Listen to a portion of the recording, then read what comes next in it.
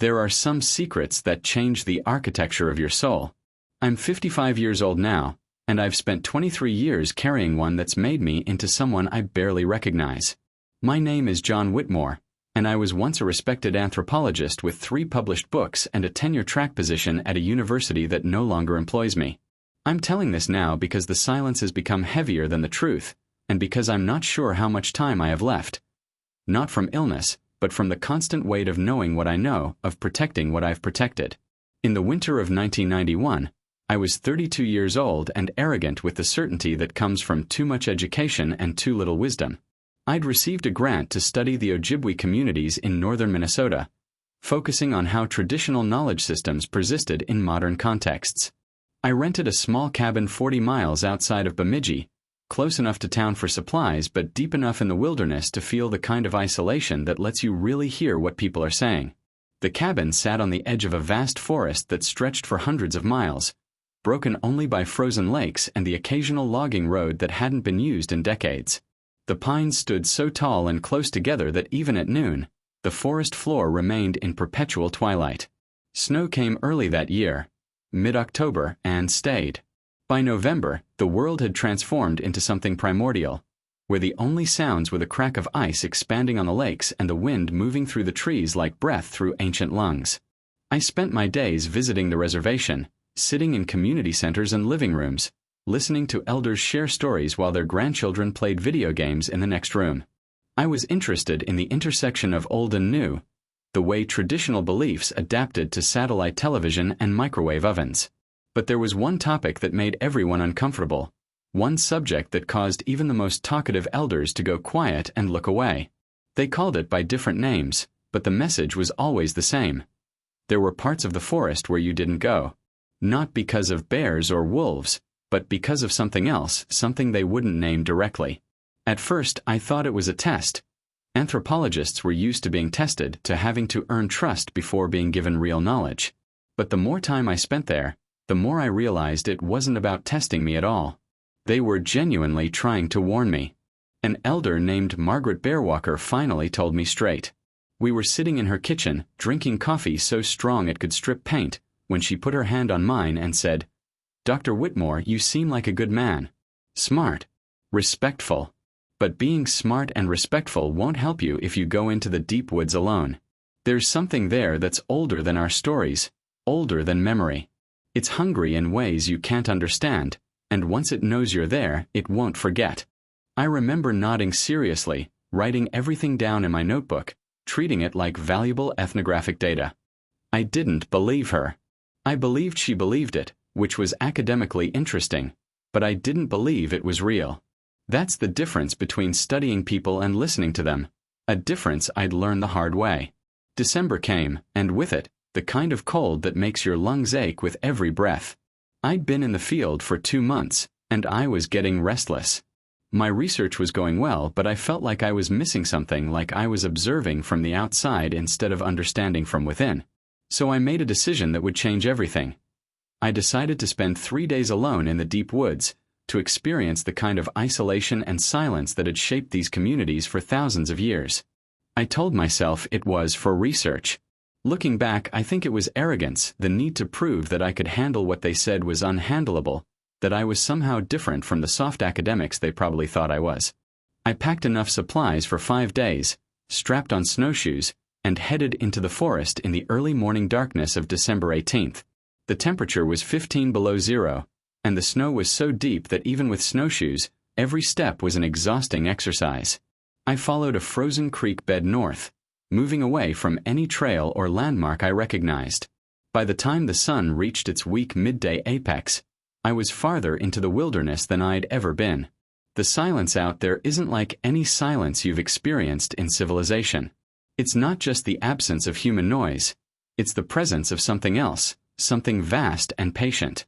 The trees stood like cathedral pillars, their branches heavy with snow, creating a maze of white and shadow that seemed to shift when you weren't looking directly at it. I made camp that first night in a small clearing, building a fire that felt obscenely bright and loud in all that darkness. I sat there for hours, writing in my journal, convinced I was having some profound experience of solitude and nature. I wrote about how the tribal warnings were clearly metaphorical representations of the very real dangers of wilderness survival, how the creature was probably a cultural construct designed to enforce territorial boundaries and prevent people from getting lost. I was so sure I understood everything. It was on the second night that I realized how wrong I was. I'd hiked another 10 miles north, following instinct more than any map, drawn deeper into the forest by something I couldn't name. I made camp near a frozen pond, surrounded by white birch trees that glowed ghost-like in the moonlight. The temperature had dropped to 25 below, and I'd retreated into my sleeping bag inside my tent, leaving just enough ventilation to prevent carbon monoxide poisoning from my small camp stove. I was almost asleep when I heard it, a sound that didn't belong to any animal I'd ever studied or heard of. It was a breathing sound, but massive like wind through a cave system. And it was close. So close that I could feel the rhythm of it through the frozen ground. My entire body went rigid. Every instinct screamed at me to stay perfectly still, to not even breathe too loudly. Through the thin fabric of my tent, I could see a shadow moving between the trees, something tall enough that even at a distance, it blocked out the moonlight. The shadow moved with a strange, deliberate quality, like it was searching for something. For me. I don't know how long I lay there, frozen not from the cold but from a fear so primal it bypassed all rational thought. Eventually, the shadow moved away, and the breathing sound faded into the distance. But I didn't sleep. I couldn't.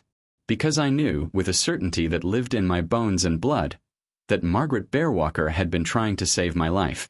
And I knew that I'd just seen something that science said couldn't exist. The walk back to my cabin took me 3 days instead of the planned 5. I didn't run. In that cold, in that terrain, running would have killed me. But I moved with purpose, constantly looking over my shoulder, seeing shadows in every gap between trees. By the time I reached my cabin, I was exhausted, frost-nipped, and fundamentally changed. The man who walked out of that forest wasn't the same man who'd walked in. I should have left Minnesota. I should have packed my research, written my paper, and gone back to my comfortable office where the most dangerous thing was a strongly worded peer review. But I didn't. I couldn't. Because in that moment of terror, when I'd seen that shadow move between the trees, I'd also felt something else. A pull, a connection, a recognition that what I'd encountered wasn't just a creature to be feared, but something far more complex. I spent the next 2 weeks reading everything I could find about Wendigo legends, cross-referencing dozens of indigenous sources, journal entries from fur traders and missionaries, accounts that dated back hundreds of years. The descriptions varied, but certain elements remained consistent. Something that walked on 2 legs, something that was always hungry, something that existed at the boundary between animal and something else entirely. But what struck me most weren't the horror stories. It was the older accounts, the ones that described the Wendigo not as purely evil, but as a being of tragedy. Stories of people transformed by starvation and desperation, of spirits that had once been human but had crossed a threshold they could never uncross. In those accounts, I heard echoes of something I'd felt in that frozen forest. Not just fear, but an immense, overwhelming sadness. I went back into the woods in January. This time I went prepared, not with weapons, but with offerings. I'd learned from the Ojibwe communities that respect was shown through reciprocity, through the understanding that you never took without giving. I brought food, dried meat, fish, supplies, and I left them in clearings, near the frozen pond where I'd first encountered the shadow. For 3 weeks, nothing happened. The offerings remained untouched. I began to wonder if I'd imagined everything, if the isolation and cold had created hallucinations my mind had convinced itself were real. Then, on a gray afternoon when the temperature had risen to a balmy 10 above zero, I found tracks. They were massive, easily 3 feet long, and unlike anything in any wildlife guide. They followed a path from the pond toward deeper wilderness, and embedded in the snow next to them was something that made my breath catch. The wrapper from one of the dried meat packages I'd left. It had taken the offering. Over the next months, I developed a routine. Twice a week, I'd hike to different locations deep in the forest and leave supplies. I never saw the creature directly, but I saw signs of it everywhere. Tracks, broken branches at impossible heights, and occasionally, in the distance, that same shadow moving between trees. I started to understand its patterns, the routes it traveled, the places it seemed to avoid. I also started to notice something troubling. The creature was injured. I found blood in the snow, dark and strange smelling. I found places where it had clearly rested, leaving impressions in the snow that suggested it was in pain. And once, in a moment that still haunts me, I heard it make a sound that wasn't threatening or predatory. It was a sound of suffering, low and mournful, like a wounded animal too large to help itself. That's when everything changed for me. I stopped seeing it as a phenomenon to study or a legend to document. I started seeing it as a living being that was struggling to survive, just like everything else in that unforgiving wilderness. In March, I made a decision that cost me everything I'd built in my academic career. A logging company had announced plans to clear-cut a section of forest that included the area where I'd been leaving offerings. Environmental groups were protesting, but the permits had been approved. I knew that if those logging crews came in, if they saw what I'd seen, the creature would either be killed or captured, studied, displayed, turned into a spectacle. I used my credentials to get meetings with the logging company, with environmental regulators, with anyone who would listen. I argued for additional wildlife surveys, for endangered species protections, for anything that would delay or stop the operation. I couldn't tell them the real reason. Who would believe me? So I manufactured data, suggested the possibility of unknown species, hinted at findings that would require years of additional study. It worked, but it cost me. My department chair received complaints about my interference with commercial operations. Colleagues started questioning my research methods. Questions were raised about the validity of my earlier published work. By May, I was on academic probation, under investigation for research misconduct. I didn't care, because by May, something extraordinary had happened. The creature had started leaving things for me. At first, I thought I was imagining patterns where none existed. A particularly nice piece of flint near where I'd left supplies, a shed antler placed prominently on a rock where I usually rested. But then I found something that couldn't be coincidence. My waterproof notebook, which I'd lost 3 weeks earlier during a difficult hike, placed carefully on a tree stump near my usual trail, protected from the elements by a careful arrangement of bark. It was watching me, learning from me, and in its own way responding. I started leaving different things, books, photographs, tools. I'd find them moved, examined, sometimes returned in different locations. We were communicating, the creature and I, developing a language that had nothing to do with words and everything to do with presence, respect, and mutual recognition. By summer, I was no longer just protecting its territory. I was part of its world. I'd learned to recognize its calls, the different sounds that meant warning or curiosity or, occasionally, something that sounded almost like contentment. I'd found places where it slept, massive nests of pine branches high in the forest canopy, hidden so well that you could walk directly underneath and never see them. And I'd learned its wounds weren't healing. Whatever injury it carried was getting worse. In July, I made the hardest decision of my life. I loaded a backpack with medical supplies, antibiotics I'd obtained without prescription, surgical tools I had no business possessing. I hiked to the frozen pond, now a summer pool reflecting the green canopy above, and I waited.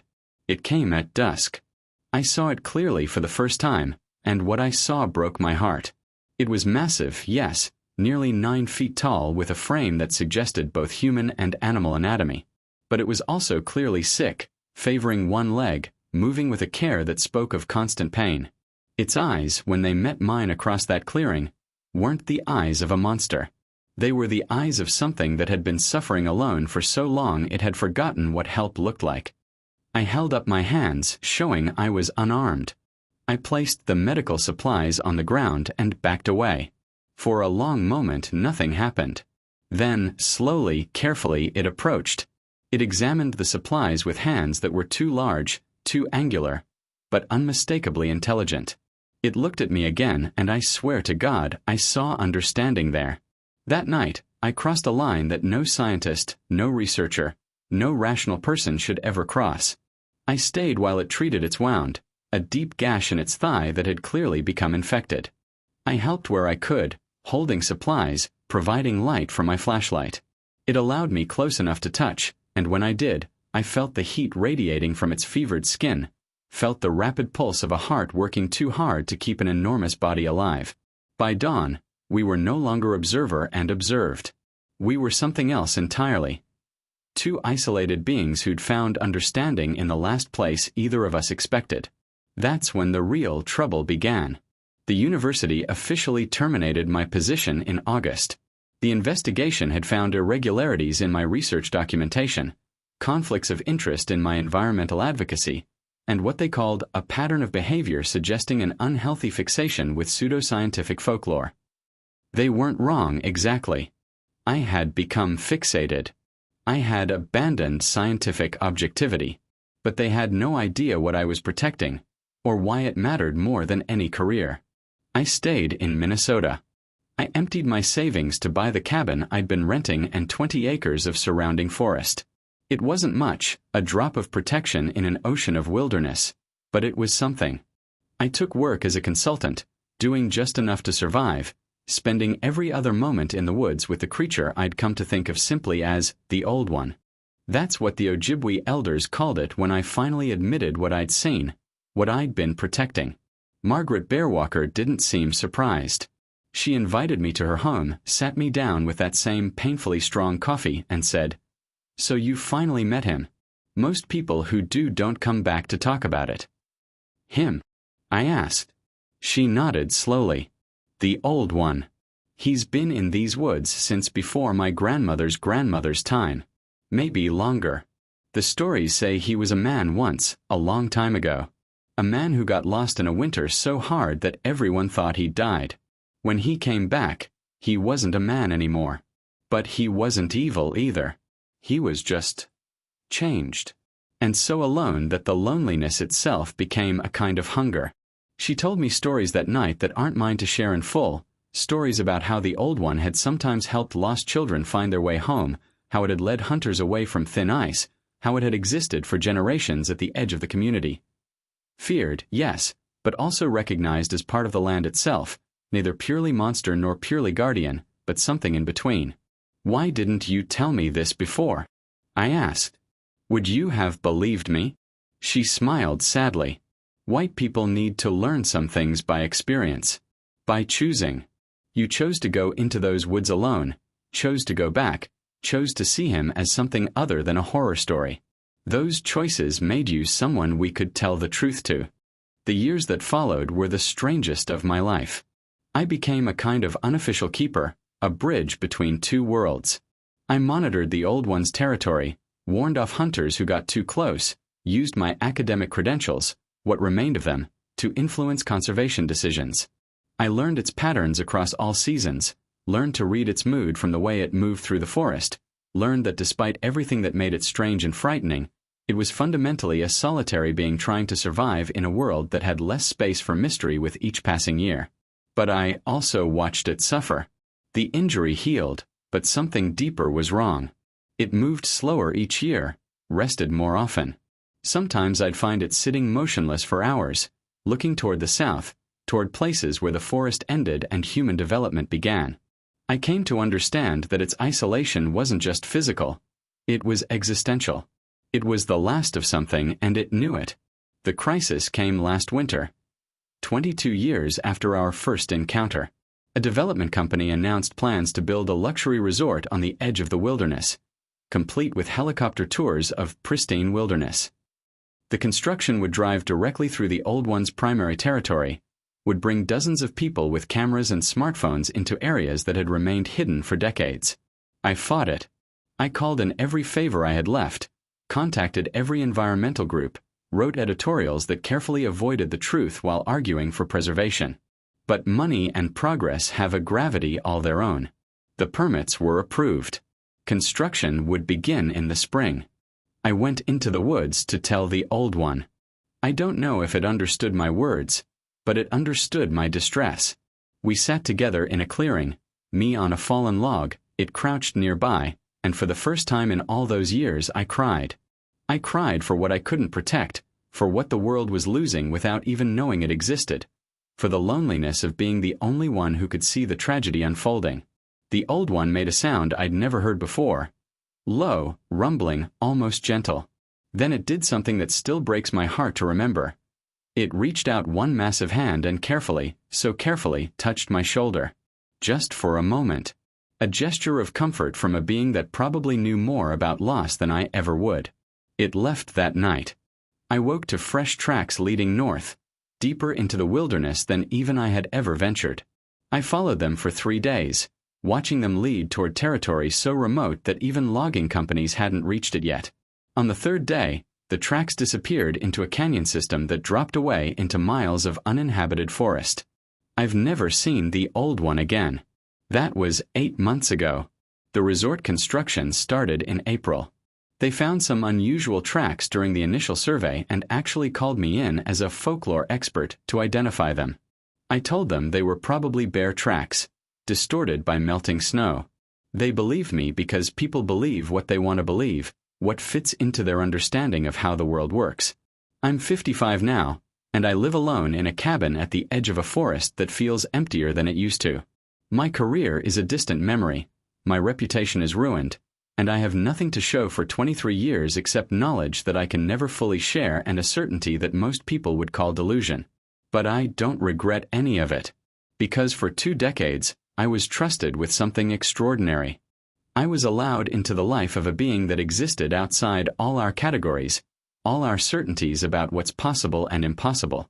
I learned that monsters and guardians aren't opposites. They're perspectives, ways of seeing the same complex truth.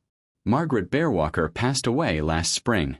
At her funeral, her grandson told me she'd left something for me, a small leather bundle wrapped in red cloth. Inside was a piece of paper with words in Ojibwamoan, translated below in her careful handwriting. Some choose to protect what others fear. Those are the bravest people. Those are the most alone. Thank you for being brave enough to be alone. I keep that note with me always. Because she understood something essential. That real protection isn't about glory or recognition. It's about the quiet choice to stand between what's vulnerable and what would destroy it. Even when nobody's watching, even when nobody will ever know. The old one is still out there somewhere. I have to believe that. On cold nights, when the wind moves through the pines in just the right way, I think I hear that familiar breathing sound in the distance. Maybe I'm imagining it. Maybe I'm just an eccentric former academic who spent too much time alone in the woods and convinced himself a legend was real. But I don't think so.